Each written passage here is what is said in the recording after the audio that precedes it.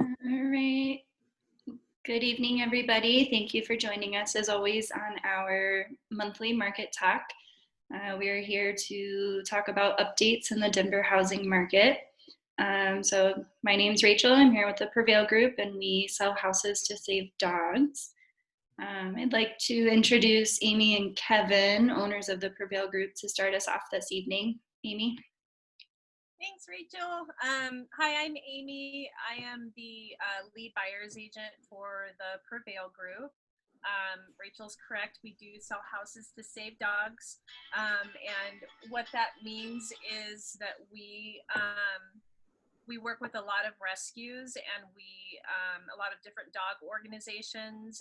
And we are just really focused on helping those who can't help themselves. And so we decided that dogs were man's best friend, and we love them very much, and they're part of our family. And so we work really hard to raise money.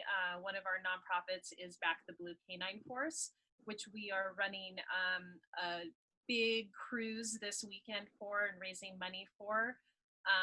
So if anyone is interested in joining the cruise, we'd love to have you. Just reach out to us and ask for information. But I'm expecting we're going to have over 100 cars at this one, and hopefully raise a lot of money for our organization. You're up. Yeah, what she said. I'm Kevin. That's Amy said it all. He's our lead listing agent too. Yeah, no, I'm a buyer's agent right now. He's helping me with a big client right now. Yeah. Yeah, usually I do all the listings, but yeah, we're tag teaming right now. So now he knows what it's like to be a buyer's agent. It's not as fun as he thinks it is. You guys want to talk about trends and stuff that you've seen in the market recently? Yeah, I can do that now. Just kind of updating from last month, because I know there was some shocking news last month that came out, and so I think it's even a little bit more shocking this month. So last month we had set a record average close price for detached single-family homes. So this month when I say this month, I apologize. I mean August, because all these numbers are through the end of August. So now through the end of August, the average closed price for a detached single-family home is $300,000, which is just it's insane. Absolutely insane. That's up 1.5% from last month, which was just absolutely crazy. So that's 13.8% from last year. So, there's some pretty good investments to be made here in Colorado, I guess. The other kind of interesting stat to note is for detached single-family homes. We were down 50% in listings this August over last year in August. And we were down almost 18% from last month. We were already seeing extremely low inventory out there, so that's just crazy. So by the end of the last day of last month of August, we'd only had 3,300 active homes on the market, which is just completely really upside low. down. And we had sold more homes in any other August in our history. So we have way more buyers than we have sellers right now. So I think those are just some crazy stats. A couple other things I just wanted to read you guys. I did not get this information. I got it from DMAR, which is Denver Metro Association of Realtors. They put together some good packet of information, but I thought these little things were interesting here. So according to the National Association of Realtors, Colorado has 2 of the top 10 work from home counties in the United States. Douglas County placed second, and Broomfield County placed eighth. Of all the counties in the United States, those are like the most favorable work from homes, apparently. Denver also has the fifth best real estate market out of cities with more than 300,000 people. So Seattle ranked number one, followed by Nashville and Austin, and then Colorado Springs is actually number four. So, which we've seen that for a while, Colorado Springs being a faster growing city than Denver. But nationally, that's pretty crazy. The other one that I thought was kind of interesting was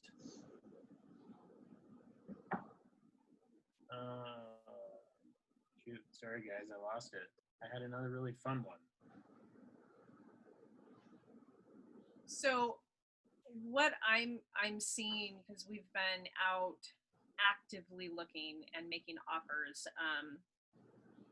I think like every other 3 or 4 days, we've been making offers, and what we're seeing is the houses that are like the perfect house. Like there's nothing that you have to do with it, whether it's old or new. If it's perfect, like if it has granite countertops, if it has the wide plank flooring, if it has new carpet, new paint, everything's updated, 2-car garage, doesn't really matter. 3-bedroom plus, I would say 2-bedroom, 2-bath plus.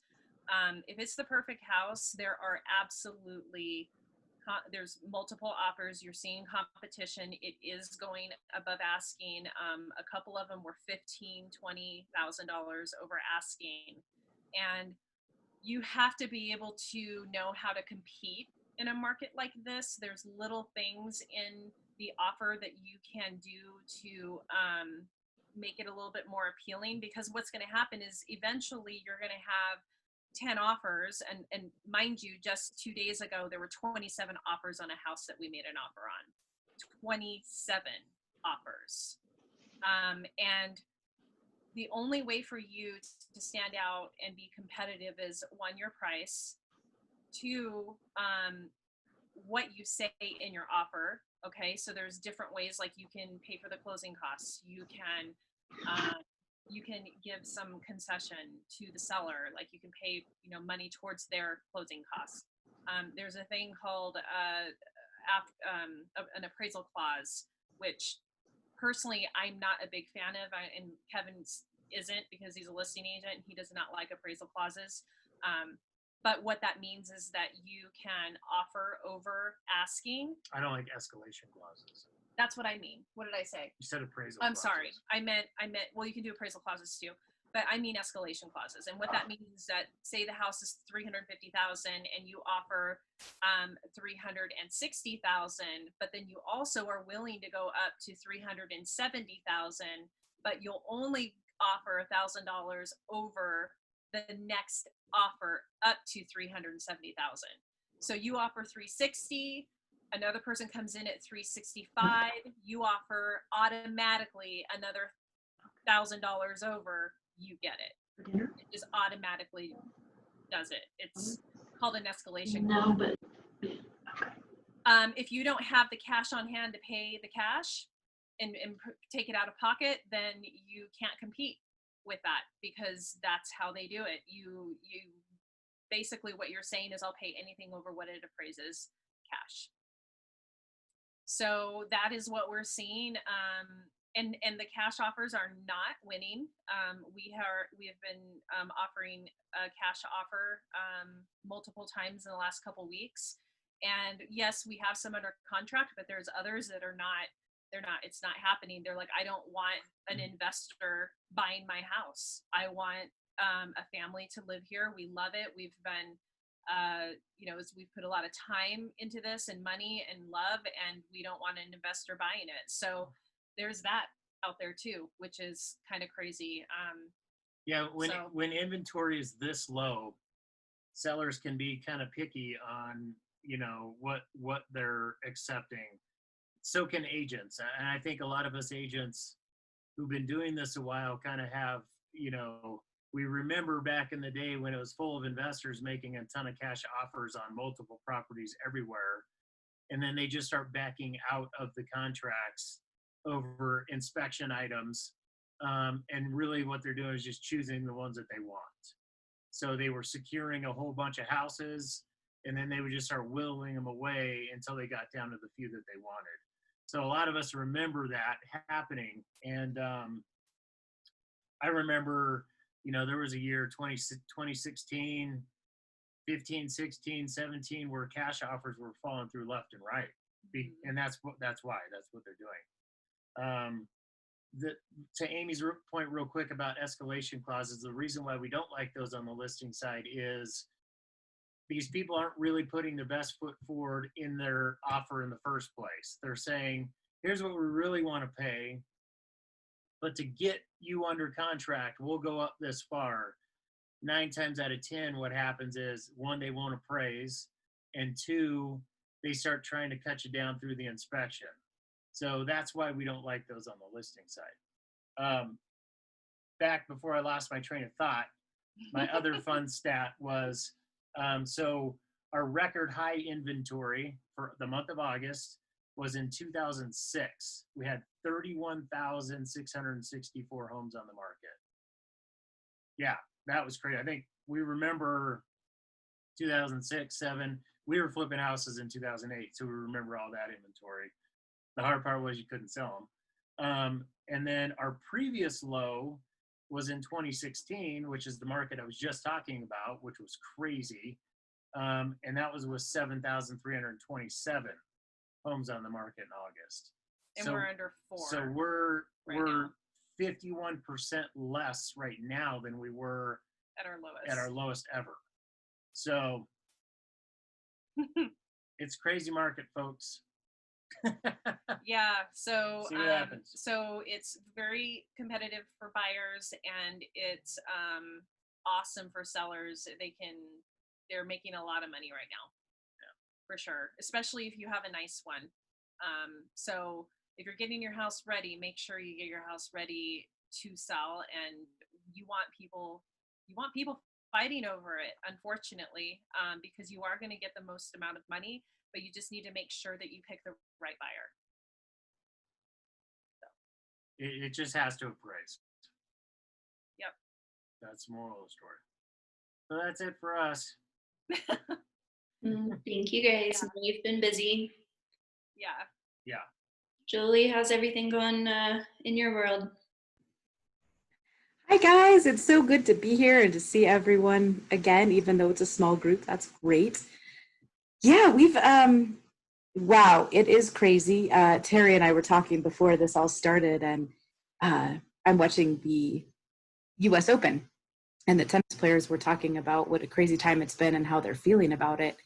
And just some of the stuff they said was like, I kind of forgot. It is so weird. And the whole housing market, crazy. June, July, and August for us, crazy. So busy because people are buying up the houses that are there, and we're inspecting them. And we're often a part of the contract negotiation, right? Getting the deal is like, hey, I need to tell my sellers that you can inspect this on this date, because that is also a good negotiation point, at least as I've seen from my side on the home inspection. So things have been crazy, and but we are still here to serve you with the home inspection and make sure that you are getting the house looked at and there's not going to be any surprises. I did a few videos. It was supposed to be an 8-week series, but it turned out to be a 6-week series. And the biggest things that I found out have an effect on a home is dirt and water. Mm-hmm. The two things that, you get that the water and the dirt pushing on the foundation, and you're going to get some cracks. And then you have the water and the ice on the roof, and you're going to have some problems. Thankfully, we haven't had a big hail season. So bummer for my roofer friends, but yay for homeowners, I suppose. Yeah, home inspections are going fantastic. And we at a Buyer's Choice Home Inspections Loan Tree, we're just here to serve you and help you grow your business in whatever way we can assist you. So that's it for us. Julie, what's your turnaround time right now if somebody were to call today? what would be your turnaround time to be able to get into a house to do an inspection? Tomorrow Okay. or the weekend. Mhm. Okay. Awesome. Absolutely. Yeah, and do you guys have like for radon tests and stuff? Mhm. One thing we're kind of running into is people are running short on radon tests. And do you guys have your own, or do you outsource that to other companies? Both. We had let's see what happened last 2 weeks ago. 2 weeks ago, we had so many radon tests that all our machines were out. So we rely on, oh, how funny I would use that word, reliant radon. It can usually turn it around for us just as quickly, and there is no extra charge whether we're setting the test or Reliant is setting the test. A radon test with the home inspection is still $160 no matter who sets that test. We prefer to drop the test 2 days before, but if you're calling me today and we're inspecting tomorrow, obviously that's not possible. But we are trying to be accommodating.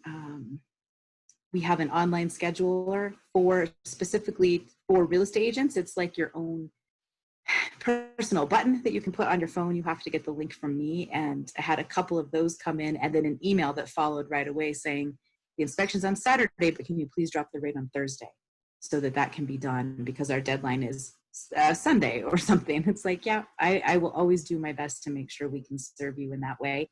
And for sewer scopes, we work with 2 people. We work with John Smith and his team with Pipe One, and Dwayne. What is Dwayne's last name? I can't remember. With Mainline Sewer Services.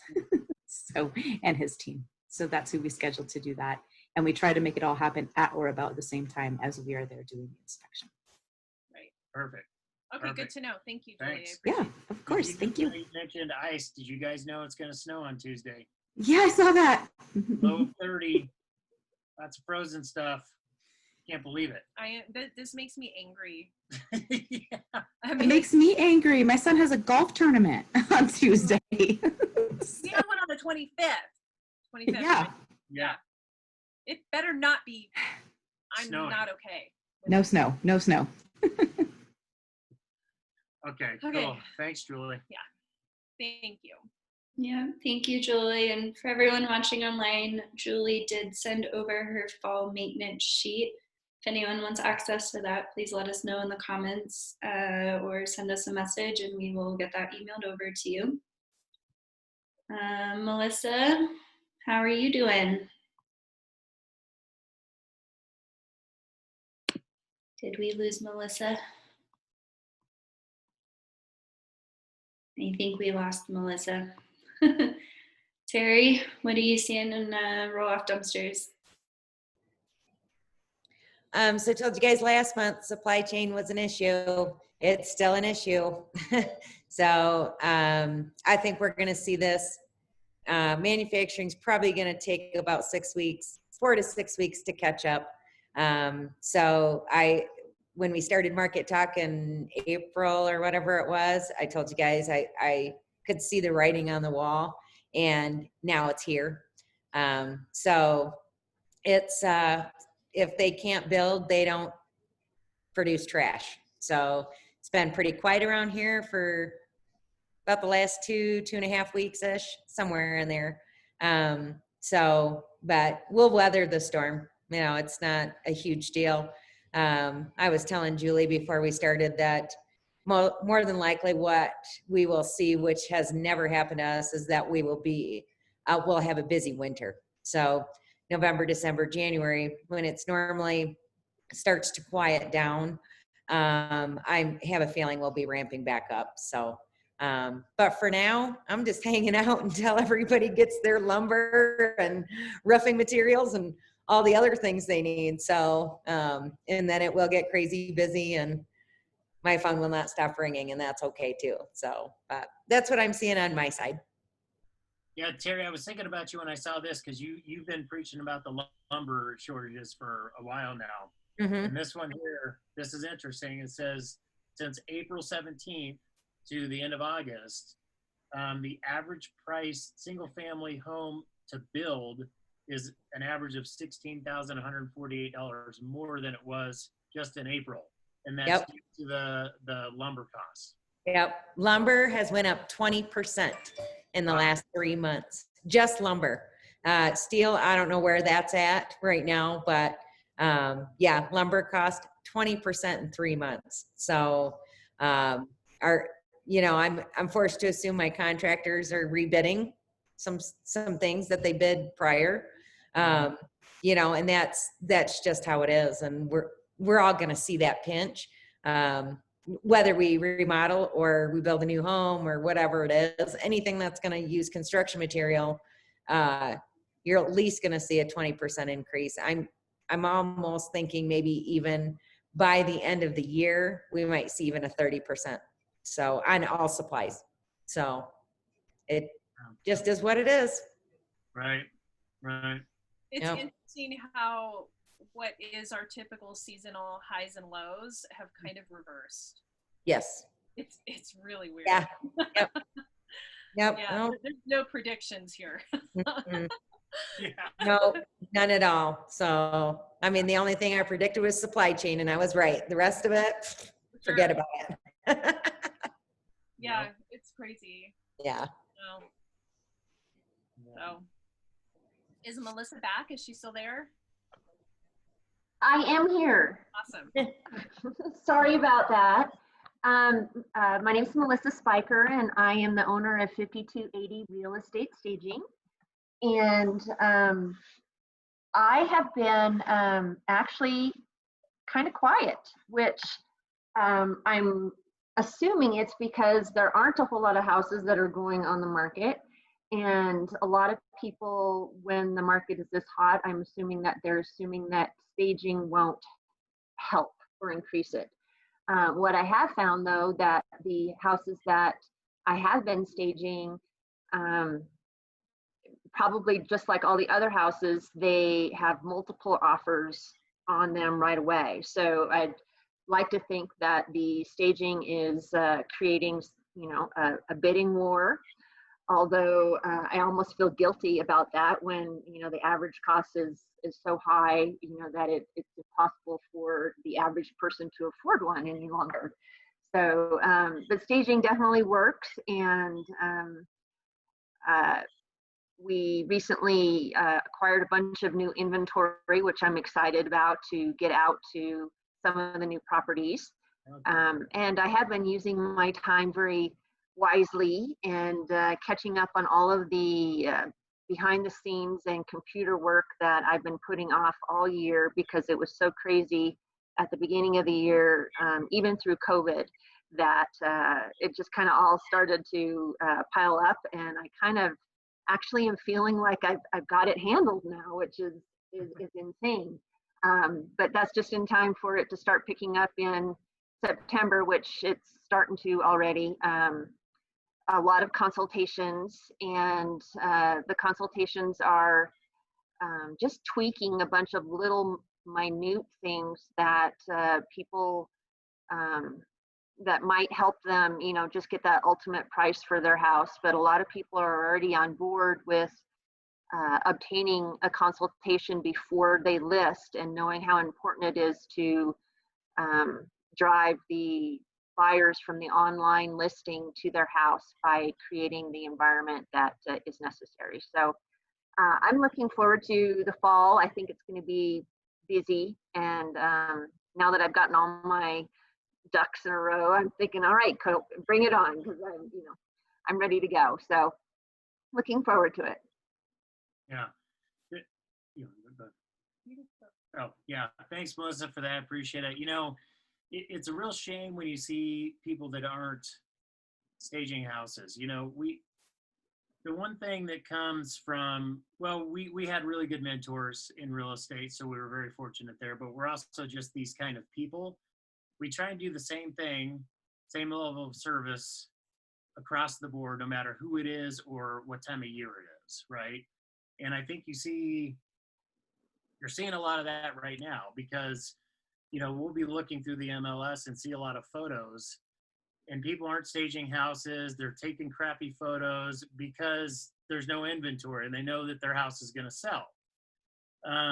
But we are seeing some that are sitting there for a little bit longer, and maybe they would have sold earlier with more offers had they just done all the right things in the beginning. So I hope there's other agents watching this, and we can tell them that we see you and we see your crappy listings, and so does everybody else. So when the inventory picks up, you guys are going to be in trouble. So do the right thing, do it right all the time, and use Melissa to stage your house because she's awesome. Thanks, Kevin. Exactly, and that actually is a good segue into what I was going to say. You know, the recent listing that we had, it was an end unit townhome, which you would think would be desirable, had open space all around it, and but the layout wasn't the best. So it had a basement that was one big room that you could make a bedroom, but it was open, right? So it wasn't a private bedroom. And then on the main level, you had the master, and then you had another small bedroom that was more like an office size, and then it had a loft. And so, and it didn't have any outdoor space. So you didn't have like a place where you could put a grill or, you know, anywhere where you could hang out. So with that being said, there was another, actually there were a few in that neighborhood that were being sold. And one is still sitting on the market because it just didn't show as nicely. But we did fresh paint, fresh carpet, hired Melissa to come in and stage it. And it was under contract in 3 days, 2 days, 2 days. Yeah. There is something to be said about really just embracing the house and making it the best that it can be, because you're going to get what you need out of the house for your seller. And that's what is the most important part, right? Is to be able to let that seller walk away feeling good about what they've spent in the house and they get their return. And that happened, and it would not have shown as nice without Melissa staging it. So no, not even definitely, absolutely, please stage your houses. Yeah, you're doing injustice to your sellers and yourself as an agent, because it shows. Everybody can see a crappy listing just by looking through the photos. That's how it is. So yeah, so use Melissa. Well, thank you, you guys. That means a lot. That property on the end townhome really did a huge transformation. So it was definitely something that you know, there were challenges in the home and the layout, and I know there were other houses just down the street, and you're competing with some that had a lot of or just better appointments throughout the house, and you know, being able to go outside. So this one was very challenging in that, but the staging, it made it very inviting, very, very cute. So just to have people get in there and then actually see that they are, you know, on the open space at the end, there's a lot of privacy and a lot of potential in the basement that they could do. But if you don't have the, you know, the staging for them to actually see the, you know, the layout and the potential of the house, then it's hard for anybody to want to come into the property. For sure. Yeah, absolutely. It's actually one of my favorite houses we've sold. Yeah, people really, and Melissa did an awesome job of showing, you know, when you have like a fireplace that's like right in the wrong spot, or something else that's right in the wrong spot, people really cannot see themselves in that house. They have no idea where they're going to put their couch. They're confused on where their TV is going to go. And that's just another piece of why that is so important, the staging, because they have that eye, the stagers do, and they know, the good ones do, and they know where things need to go. Some people will just, you know, breeze over that and just say, well, you know, let's just don't put something there, and then people are still lost. So yeah, it's exactly what Melissa said. You can just see yourself there. So it helps a lot. For sure. Thanks, Melissa. Thank you. Yeah. Thanks, guys. Does anyone have any questions for anybody before we wrap this up for today? No. No, not really. So I just say that everybody enjoy the 97-degree weather on Saturday, because Tuesday's gonna suck. Big time. I can't believe that. I thought they put like a typo in just to see if people. Yeah. Find out who was paying attention. Yeah. Right? Yeah, exactly. It's crazy. Well, Myself and my dogs are looking forward to it. So you guys enjoy your heat. I'm ready. so I remember last year, the very first snow was October 7th. Yeah. So this is really early. It's gonna be if a month early. It really snows. Yeah, that's crazy. So, well, it was good to see everybody. Yeah, Me you too. guys, thank- Yes, it is. No, I like these, so we'll have to just keep doing them. Well, good luck with your cruise this weekend. Thank you. Yeah. Appreciate that. Thank you. Yeah, Yeah. we actually got a call. So it's a Back the Blue cruise, and we actually got a. Sorry to interrupt. Do you want me to stop recording before Oh, this? yeah, go ahead. Yeah.